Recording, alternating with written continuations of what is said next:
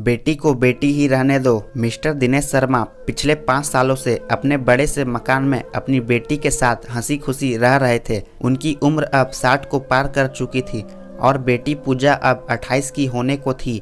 उम्र को ध्यान में रखते हुए बेटी ने उनका सारा कामकाज अपने कंधों पर ले लिया था। पूजा अपने हर काम में बहुत अच्छी थी। जितने अच्छे से वो अपने पापा, घर और उनके कारोबार का ध्यान रखती थी, कोई और शायद ही रख पाता। अगर दिनेश जी को कोई बेटा होता तो वह भी नहीं। इन बाप बेटी का रिश्ता बहुत ही प्यारा था। बिना बाबा के पूजा को नहीं चलता और बिना पूजा के उसके बाप का किसी काम में मन नहीं लगता। कभी कभी ऐसा लगता जैसे दिनेश जी पूजा के बाप नहीं, उनके बेटे हैं। पूजा की हरकतें ही कुछ ऐसी थी। बाबा को सुबह जल्दी उठाकर जबरदस्ती वॉकिंग के लिए भेजना हो या छोटे बच्चों को जैसे दवाइयाँ पिलाते हैं वैसे ही पापा की दवाइयाँ उन्हें खिलानी हो। पूजा का बर्ताव अपने बाबा के साथ बिल्कुल वैसे ही था जैसे कि माँ का अपने बच्चे के साथ होता है। पूजा के बाबा भी कुछ कम नहीं थे।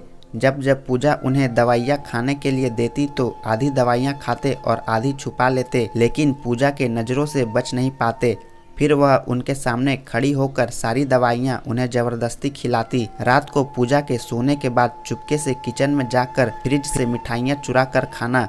बाबा की ऐसी शरारतें भी पूजा पकड़ लेती थी। पकड़े जाने पर बाबा पानी पीने का बहाना करते, लेकिन पूजा उनको समझाती कि मिठाइयाँ आपके लिए हानिकारक हैं। बाबा को याद दिलाती कि पिछली बार उनका शुगर लेवल कितना बढ़ गया था। अपने ही घर में अब मैं मिठाइयाँ भी नहीं खा सकता। बड़बड़ाते हुए नाराज होने की एक्टिंग करते हुए बाबा किचन से चले जाते। फिर पूजा उन्हें मनाने के लिए एक मिठाई का टुकड़ा पापा के पास लेकर जाती और फिर दोनों उसे आधा आधा बांट कर खाते। दोनों के चेहरे पर बड़ी स्माइल आ जाती। बस ऐसे ही दोनों की जिंदगी हंसी खुशी कट रही थी। उनका घर बहुत बड़ा था, उसमें कई कमरे थे, इसीलिए उन्होंने सोचा कि एक किराएदार रख लिया जाए। पैसे के लिए नहीं, लेकिन पूजा के ऑफिस जाने के बाद अकेले रह रहे दिनेश जी को थोड़ा सा ही सही किसी का साथ मिल जाए, इसीलिए जल्दी ही एक किराएदार फाइनल हो गया। उनका नाम राम सिंह था। उम्र उनकी 50-51 की होगी। एग्रीमेंट पेपर बनने के दौरान पहली बार वह दिनेश जी और पूजा से मिले। उन्हें दोनों से मिलकर काफी अच्छा लगा और अब राम सिंह अपनी बीबी के साथ दिनेश जी के घर पर किराएदार के तौर पर रहने लगे। थोड़े दिन बीते थे, लेकिन राम सिंह दिनेश जी के से अच्छी तरह घुल मिल गए थे। वह दोनों सुबह सुबह अब साथ में ही वॉकिंग के लिए जाया करते थे। कभी वह राम सिंह के साथ तो कभी राम सिंह और उनकी बीबी पूजा और दिनेश जी के साथ डिनर किया करते। एक सुबह जॉगिंग के दौरान राम सिंह ने कहा कि आप और पूजा अकेले ही रहते हैं, आपको तो काफ़ी कुछ मैनेज करना पड़ता होगा। आप कैसे सब इतने अच्छे से संभाल लेते हैं? अजी मैनेज क्या करना, मेरी होशियार बेटी के लिए यह कुछ भी नहीं है। पूजा सब इतने अच्छे से संभाल लेती है कि मुझे किसी बात की कोई चिंता ही नहीं है। दिनेश जी मुस्कुराते हुए कहा, हाँ वो तो ठीक है, लेकिन जब पूजा ससुराल चली जाएगी तब आपके लिए यह सब मैनेज करना बड़ा मुश्किल हो जाएगा। आपका कोई बेटा भी तो नहीं है और आप अकेले ही इतने बड़े घर में रहते हैं। राम सिंह ने अपने विचार बताते हुए कहा। दिनेश जी के चेहरे के हाव भाव बदल गए। वह राम सिंह से कुछ कहना चाहते थे लेकिन नहीं कहा और बात बदलने के लिए उनसे पूछा, खैर वो सब जाने दीजिए, आपके कितने बच्चे हैं?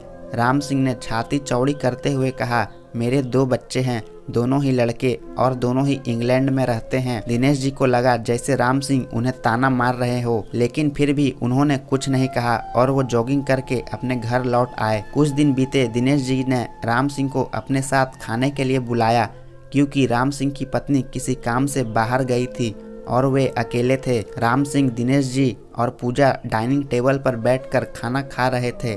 पहला निवाला खाते हैं राम सिंह ने खाने की तारीफ करते हुए कहा, पूजा बेटा तुमने आज खाना बहुत अच्छा बनाया है। दिनेश जी ने गर्व महसूस करते हुए कहा, हाँ मेरी बेटी बहुत अच्छा खाना बनाती है। राम सिंह जी बोल पड़े, यह तो बड़ी अच्छी बात है, उसके ससुराल वाले बड़े खुश होंगे। पूजा उनसे कुछ कहना चाहती थी लेकिन दिनेश लाल जी उसे रोक दिया और बात बदलने के लिए पूजा से पूछा, कारोबार कैसा चल रहा है, कोई दिक्कत तो नहीं हो रही? पूजा ने कारोबार की सारी जानकारी और स्थिति अपने पापा को बताई, जिसे राम सिंह भी सुन रहे थे और वह प्रभावित होकर बोले, वह पूजा बेटा मानना पड़ेगा, जिस तरह से तुम सारा कारोबार संभाल रही हो, तुम दिनेश जी की बेटी नहीं बेटा हो बेटा। अब दिनेश जी से न रहा गया। उन्होंने कहा, पता नहीं क्यों आप सभी लोग बेटी को बेटे के साथ कंपेयर करते हो। ऐसा एक भी काम या एक भी फील्ड बताइए जिसमें बेटियों ने अपना नाम न बनाया हो।